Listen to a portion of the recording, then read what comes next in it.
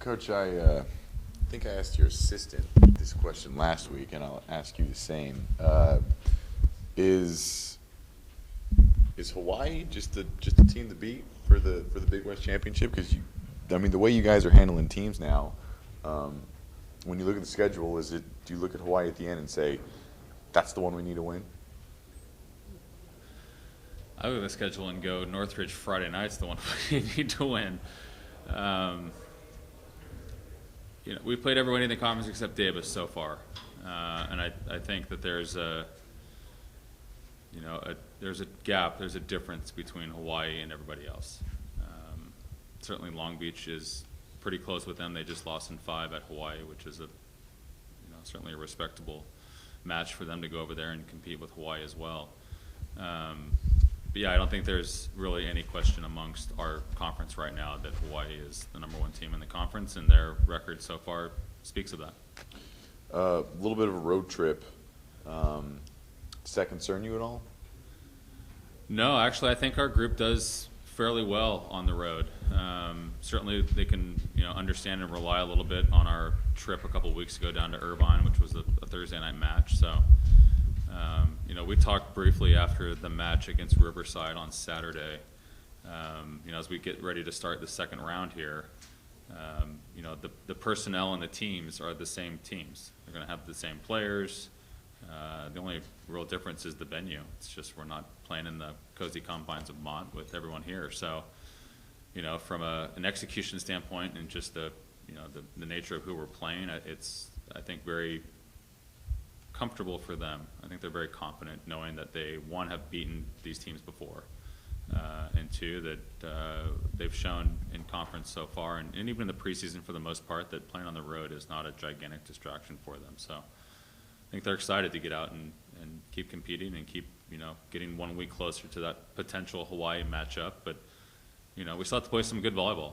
Northridge is a good volleyball team. Their record this year is probably not as good, obviously, as they want it to be, and Long Beach in the pyramid is no easy task. So it's going to be an interesting yet fun competitive start to round 2. So you've already won against CSUN and Long Beach, and you said that the team's pretty excited to go on the road and they play well away from home. Are there any concerns that you have, even though you've already beat them, about maybe? Are there any concerns you have? I'm not sure. Yeah, the second time usually around in conference is kind of everyone's, wrinkle time. It's like we did this the first time and we like this or we didn't like this in terms of our tactics or execution.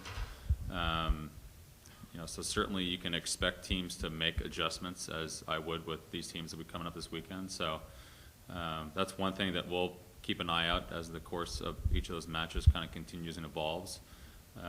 And we also, as well, are working on trying to do things a little bit differently at times and be better on our side of the net. So you take away some in terms of, again, it's back to personnel, who people have on the court, and then also just going through and coming up with your scouting reports for each of those teams with what you think is going to be the best case scenario in terms of rotations and lineups, and as expected, to be able to make adjustments in the match if those things happen to change with substitutions or matchups or anything else. So that would be my only concern, other than trying to keep everyone healthy. Is there anything specific that you're doing going into CSUN and Long Beach already to kind of make adjustments for last time? There are a few things during the course of the match the first time around that we played these guys where we were decent but not as good as we'd like to be.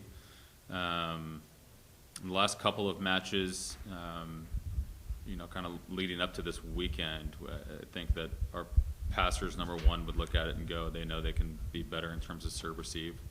I think our effort, our energy, and our ability to fight is good. And again, it's you learn more about yourself when you're on the road, and both Northridge and Long Beach are going to have good crowds at those matches. And I think the match on Friday is on ESPN3, so it's a televised match, at least online. And Long Beach as well, they're a half a game behind us right now, or 1 game behind us. So, they look at it like this is Saturday night's match, regardless of Friday night's match. For them is also another kind of showdown at their place. So, you learn a lot about your team when you go on the road, but I think just based on the first round that our team is very excited and looking forward to this weekend. How has the team improved in the last few weeks? We've gotten, I think, better in some areas and at times kind of been stagnant in some. I think at times we've shown that we are better from the service line.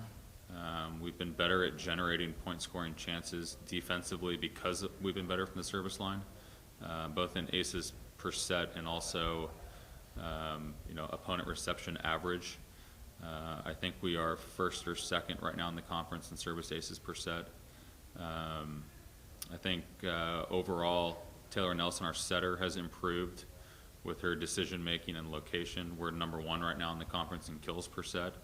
So offensively for us, we're in a very good spot. I think we're about 5 to 10 points lower than Hawaii's average, and kind of ballparkingly that we played against the same common opponents. So, and that's an indicator of our passing and defense and being able to be smart and aggressive as attackers. So, offensively, I think they're starting to understand, each of their roles, and Taylor's starting to understand a lot better in terms of how to distribute the ball and when, and how to kind of manage what our opponents are doing to us from a blocking perspective.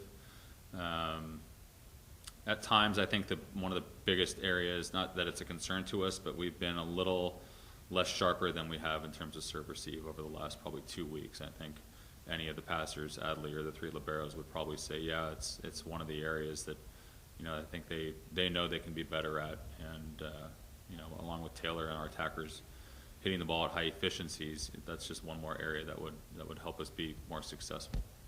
Are you enjoying coaching this team? This is the most fun I've had since I've been at Poly. It's easy to say that because we're winning. I mean, I could see the correlation between those two things. But what I think is more important right now for us in this group is the difference in the dynamic that this team has as a culture as opposed to what it was like a few years ago. They are very selfless with one another. They love seeing their teammates succeed on the court. They know, the areas that we've been improving on, and they see the progress that each of them is making on the court. And they're very good about understanding how to, one, manage themselves, but also to verbally with each other about how to motivate and support, and keep them on a very even keel during matches, which is, for us from the coaching staff perspective, a sign of a very mature team. We don't need to rant and rave and yell and scream, and it's more tactical based, it's more volleyball, it's just information, and they've been very good at going out and executing those things. And sometimes those things are on the fly. It's like mid-match. We may change a block and defensive scheme, and away they go. So it certainly is more enjoyable when you get to show up to work each day and you're surrounded by, a group of about 18 or 19 with, support staff and assistant coaches and players, and everyone's invested in, the program. It's not about one person. It's just about us as a group, and our journey is going to keep continuing. Thank you. Thanks.